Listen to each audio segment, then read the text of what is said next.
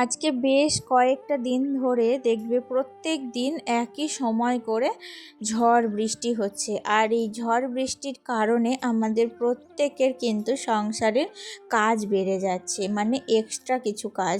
আর যাদের ধরো বিশেষ মানে একটু বড় বাড়ি তাদের তো বেশি কাজ বেড়ে যাচ্ছে, তো যাদের ছোট বাড়ি তাদেরও কিন্তু প্রচুর পরিমাণে কাজ বেড়ে যাচ্ছে।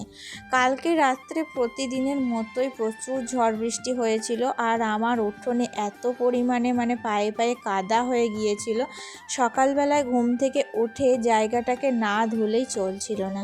তাই সকালবেলায় উঠেই দেখো আমি কিন্তু প্রত্যেক জায়গাটা একদম জল দিয়ে পরিষ্কার করে ধুয়ে ঝাড়ু দিয়ে নিয়েছি। এমনিতেও সকালবেলায় জল ছড়া দিতেই হতো। তো যাই হোক, এদিকে ঝড় বৃষ্টি হচ্ছে আর আমাদের মানে বাড়িটা এত নিচু হয়ে গেছে, মানে রাস্তার জল বাড়ির ভিতর অবধি ঢুকে আসে।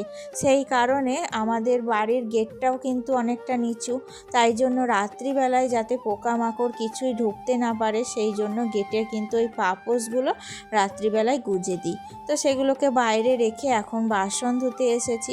আর কলতলার অবস্থা দেখছো, বাসনগুলো ধুয়ে নেব, তারপর সব কলতলাটাও জল দিয়ে ধুয়ে নেব। তাছাড়াও সমস্ত গাছের পাতা এটা ওটা সব কিছু কিন্তু কলতলার মধ্যে জড়ো হয়েছে। আমি খবরে শুনছিলাম যে সামনে নাকি আরও বড় ঝড় ধেয়ে আসছে আমাদের দিকে। তো কী যে অবস্থা হবে আমি তো কিছুই ভেবে পাই না। যাই হোক, প্রকৃতির নিয়মে প্রকৃতি তো চলবেই, তাতে আমাদের যদি এক্সট্রা কিছু কাজ করতে হয় তাতেও অসুবিধা নেই, কাজ তো আমাদের করতেই হবে। তো এদিকে কি বলতো, বাসনগুলো যে ধুয়ে আনলাম সেগুলোকেই জল ঝরিয়ে এখন ঝুড়ির মধ্যে রেখে দিচ্ছি। আর এখনও কিন্তু আকাশে মানে ঘোর হয়ে আছে মেঘ। সকালবেলায় উঠেই আগে মোটরটা চালিয়ে দিয়েছি যাতে জলটা লোড হয়ে যায়। আর এদিকে কারেন্টটাও আপ ডাউন করছিল, তাই ভাবলাম কারেন্ট থাকতে থাকতে রান্নাঘরের কাজটা কমপ্লিট করে নিই। কারণ রান্নাঘরটা আমাদের একটু অন্ধকার, কারেন্ট চলে গেলে না কিছুই দেখতে পাওয়া যাবে না। সেই কারণে আগে রান্নাঘরের কাজটা কমপ্লিট করে তারপর বাইরের কাজগুলো করব। সকালবেলায় উঠে যদি এরকম মেঘ দেখতে হয় তাহলে কি ভালো লাগে বলো। তার উপরে বৃষ্টিটা হয়নি রক্ষা, বৃষ্টি যদি হতো তো ভিজে ভিজেই কিন্তু আমাকে বাসন মাজা ঝাড় দেওয়া সব কাজ কমপ্লিট করতে হতো। আর এই সকালবেলায় উঠে বৃষ্টিতে ভিজতে কার ভালো লাগে, আমার তো একদমই ভালো লাগে না। তো যাই হোক, দেখো রান্নাঘরটা মুছে পরিষ্কার করে নিয়েছি, আর এখন বাইরে গ্যাস ওভেনটা মুছছিলাম। যখনই গ্যাস ওভেনটা মুছতে যাব অমনি কারেন্ট চলে গেছিলো, তো ভাবলাম তোমাদের গ্যাস ওভেন মোছাটা আর দেখাতে পারবো না। তারপরেই কিছুক্ষণ আবার কারেন্ট এলো, তবেই কিন্তু কাজ করলাম। আর যতক্ষণ কারেন্ট ছিল না ততক্ষণ বাইরের অন্যান্য কাজগুলো করছিলাম, মানে ওই যে বাসনগুলো ধুলাম, তো কলতলাটা কিন্তু ঝাড়ু দিয়ে নিয়ে কলতলাটা ধুয়ে নিয়েছি। দেখলাম এরপরেও যদি এবার বৃষ্টি পড়ে তাহলে আমার অতটা অসুবিধা নেই। আর তার আগে মোটরটাও লোড হয়ে গিয়েছিল, ওটাকেও বন্ধ করে রেখেছি। তো সকালবেলায় দেখো মেঘলা মেঘলা করছে, চারপাশটা অন্ধকার বলে আমি আবার পর্দাগুলোকে টেনে দিলাম। বাসি কাপড়টা ছেড়ে বাসি কাজগুলোও কমপ্লিট হয়ে গেছে। এখন ঠাকুরের রান্নি কমপ্লিট করে চলে এসেছিলাম ওপরে। কালকের অনেকগুলো জামা কাপড় ছিল, সেগুলোই কিন্তু ধোয়া ছিল, শোকায়নি। তো এগুলো এখন ভাঁজ করে রেখে দেব। তো আজকে কি বলো তো, রান্না থেকে না আমার ছুটি নিয়েছি, কারণ আজকে আমি আর রান্না করব না। এই কিছু টুকিটাকি কাজ কমপ্লিট করব, কারণ অনেক কাজ আমার হাতে পেন্ডিং পড়ে আছে। তাই আজকে রান্নাটা বললাম শাশুড়ি মাকেই করতে। তো উচকে মানে আমি রান্নার সমস্ত জোগাড় সবটা যেটা করতে হয়, কাটা বাটায় ভাপিয়ে দেওয়া সবটাই করে দেব, কেবল রান্নাটা শাশুড়ি মা করবেন। আর আমি এদিকে এক্সট্রা কাজগুলো করব। ওই যে কালকে আমার মানে যে কভারগুলো কেচে দিয়েছিলাম সেগুলো তো রাত্রিবেলা হয়ে গিয়েছিল, সন্ধ্যা লেগে গেলে তো আর কভার পরাতে হয় না বালিশে আমাদের মানে বাঙালিদের মতে। তো আমার মা কিন্তু বারবার করে বারণ করে দিয়েছিল। তো যাই হোক, আমি তাই জন্য আর কিছু মানে কভার পরাইনি, সেগুলোই এখন দেখো সকালবেলায় কিন্তু কভারগুলো পরিয়ে নিচ্ছি। আর ওই যে বললাম শাশুড়ি মা রান্না করবে, তাই কিন্তু মানে রিল্যাক্সেই কাজগুলো কমপ্লিট করছি। আসলে রান্না যদি থাকে তাহলে এত রিল্যাক্স করে কাজগুলো হয় না, কাজগুলো করতে হয় ঠিকই কিন্তু একটু মানে তাড়াহুড়োর মধ্যে। তো সেই তাড়াহুড়োটা আজকে আর নেই, তাই জন্য রিল্যাক্সে সব কাজটা কমপ্লিট করছি। আর আজকে কাজ সেরে আবার একটু বাইরেও বেরোনোর আছে, কারণ আমার ব্যাংকে না একটু সমস্যা হয়েছে জানো তো। ব্যাংকে কিছুতেই কাজটা মানে প্রত্যেক দিন যেতে হচ্ছে আর প্রত্যেক দিন আমাকে ঘুরে আসতে হচ্ছে, কাজটা সঠিকভাবে কমপ্লিটও হচ্ছে না। কিন্তু এই সংসারের কাজ করে তারপরে বাইরে বেরোনোটা কতটা চাপের বলো তো। তাই জন্য মানে বেরোনো, সংসার থেকে যে কাজ সেরে বাইরে বেরোনো কতখানি যে ঝামেলা, সেটা শুধু আমার মানে আমি বা আমার মতো যারা গৃহিণী আছো তারাই কিন্তু একমাত্র বুঝতে পারবে, এত মানে ঝামেলা। কিন্তু কি করব, যেতেই হবে। কারণ কি বলো তো, আমার না একটু মানে সমস্যা হচ্ছে টাকা তুলতে, একটু মানে কি বলছে সিগনেচার কার্ড না কি করতে হবে, তাই জন্য তো কার্ডটা তো জমা আমি আগের দিনই দিয়ে দিতে পারতাম।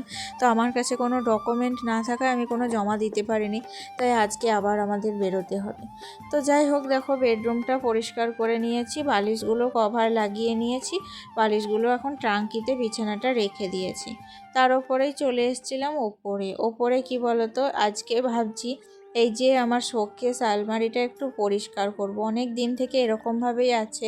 তাই এখানে কিছু হাবিজাবি কাগজপত্র এটা ওটাও জমে গিয়েছিল, মানে টুকটাক যখন কিছু ফেলার মতো পাই না তখন কি করি, এইখানেই রেখে দিই।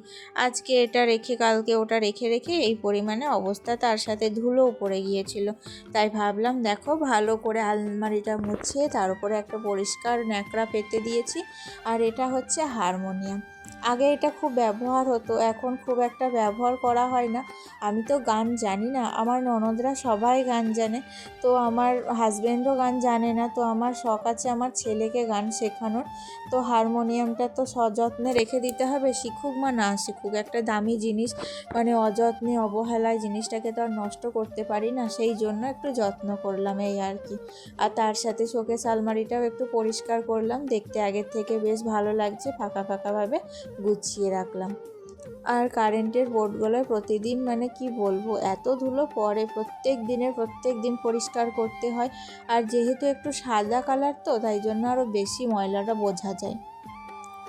তো আমি তো রেডি হয়ে নিয়েছি, দেখো এখন দিদিও রেডি হয়ে নিয়েছে, আমরা কিন্তু জল খাবার খেয়েই বেরিয়ে যাব, এই হচ্ছে ব্যাপার। চুলটা আগে থেকেই বেঁধে রেখেছিলাম, তো জামাটা পরতে গিয়ে একটু এলোমেলো হয়ে গিয়েছিল, তাই জন্য আবারও কিন্তু চুলটা আমি একবার বেঁধে নিলাম। আর এখন কিন্তু আমি রেডি। তো চলো, চলে এসেছিলাম ব্যাংকের সামনে ছেলে গিয়েছিল স্কুলে, তো ওখান থেকেই চলে এসেছিলো আমার কাছে। তো এখানে আমরা গরমের সময় একটু সবাই মিলে মানে আখের জুস খেয়ে নিলাম, আর তারপরেই দেখো বাড়ির দিকে রওনা দিলাম। তো যেটা বলছিলাম ব্যাংকের কাজে, ব্যাংকে তো জমা দিলাম, এখন জানি না, আমি জিজ্ঞাসা করছিলাম যে কতদিন পর থেকে টাকাটা তুলতে পারবো, তো ওরা বললো যে 1 সপ্তাহ টাইম তো লাগবেই। আর এটা হচ্ছে আমাদের গ্রামের হাই স্কুল, তো তোমাদের দেখাই চলো। স্কুলের এরিয়াটা বিশাল বড়, বাইরে বড় একটা ফিল্ড আছে, আর দেখো সমস্ত ছেলে মেয়েরা স্কুলে যাচ্ছে, দেখতেই ভালো লাগে না স্কুলে যাওয়ার দৃশ্যটা। তো তারপরে বাড়ি চলে এসেছি, আর বাড়ি এসে দেখো মানে স্নান কমপ্লিট করে নিয়েছি, জামা কাপড় কালকে যেগুলো মেলা ছিল বারান্দাতেই মেলছি এখন, জানো তো মানে মেঘ করছে তো, আর যেগুলো শোকাচ্ছে না সেগুলোই হাওয়া বাতাসে এখানেই মেলে দিই আর কি। তো এখনও মেঘ করছে বলে আমি আর ওপরে মেলতে গেলাম না, আমার ওই যে স্নান করে দেখো জামা কাপড়গুলো কেচে দিয়েছিলাম, বারান্দাতেই মেলে দিয়েছি। তো তারপরে দেখলাম হাতে অনেকখানি সময় আছে, যে কি করব, ছেলেকে নিয়ে টিউশন যাওয়ার আগে পর্যন্ত দেখলাম একটু ঘরগুলো গুছিয়ে নিই আবারও, কারণ যখনই ফাঁক পাই তখনই আমার এটাই অভ্যাস হয়ে গিয়েছে, জানো তো, মানে সংসারটাকে গুছানোর চেষ্টা করি, সব কিছু সময় সব জায়গায় যেন পারফেক্ট পরিপাটিভাবে থাকে, এটাই কিন্তু চেষ্টা করি।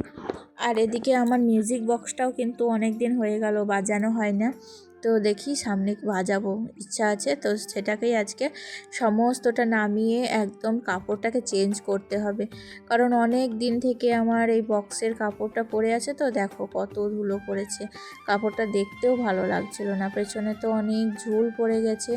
সবটা ভালো করে ঝেড়ে তারপর একটা ফ্রেশ দেখো কাপড় পেতে দিলাম, এই কাপড়টা কিন্তু আগের থেকে অনেকটা দেখতে ভালো। তারপরে বক্সটাকে ওই জায়গা মতো রেখে দিয়ে বক্সটাকে ভালো করে মুছে কটটা সিলেক্ট করে নিয়েছি, আর ফ্রেশ ওপরে একটা তোয়ালে পেতে তার উপর একটা ফুলদানি দিয়ে দিয়েছি। এখন কেমন লাগছে বলো তো, আগের থেকে অনেক ভালো লাগে না দেখতে, মনে হচ্ছে যেন ফ্রেশভাবে গোছানো হয়েছে। তো এই ঘরের বোর্ডটাকেও তার সাথে একটু মুছে নিলাম, আর তারপরে বিছানাগুলো একটু ঝেড়ে নেব, কারণ বিছানাগুলো আজকে আর সকালবেলায় ঝাড়ার সময় পাইনি জানো। আর আমার শ্বশুরমশাই প্রতিদিন দুপুরে খাওয়া দাওয়ার পর এই ওপরে শুতে আসেন, তাই জন্য বিছানার চাদরগুলো একটুখানি এলোমেলো হয়ে থাকে। তো আজকে সকালে তো এক জায়গায় যাওয়ার ছিল, তাই জন্য আর এতটা কাজ কমপ্লিট করে যেতে পারিনি। যতটুকু পেরেছিলাম ততটুকুই করেছিলাম। আর শাশুড়ি মা রান্নাটা করেছিল বলে অনেকটা রেহাই, তাছাড়া যে কি করে সব দিকটা সামলাতাম। হয়তো সামলানো যেত, কারণ আমাকে রান্নাবান্না করেই যেতে হতো, এই সমস্ত কাজগুলো আর কমপ্লিট হতো না। তো যাই হোক, রান্নাবান্না ছাড়াও দেখো সংসারে যে কত রকমের কাজ থাকে তার কোনো হিসাব নেই। সংসার মানেই কিন্তু কাজ। যে সংসারে কাজ নেই সেই সংসারে মা লক্ষ্মী নেই। সংসারে কাজ থাকবে তবেই কিন্তু সেই সংসারে মা লক্ষ্মী থাকবে। তো চলে আজকের মতো ভিডিওটি এতটুকুই। দেখা হচ্ছে নেক্সট ভিডিওতে। ভালো থেকো সবাই আর সুস্থ থেকো। টাটা।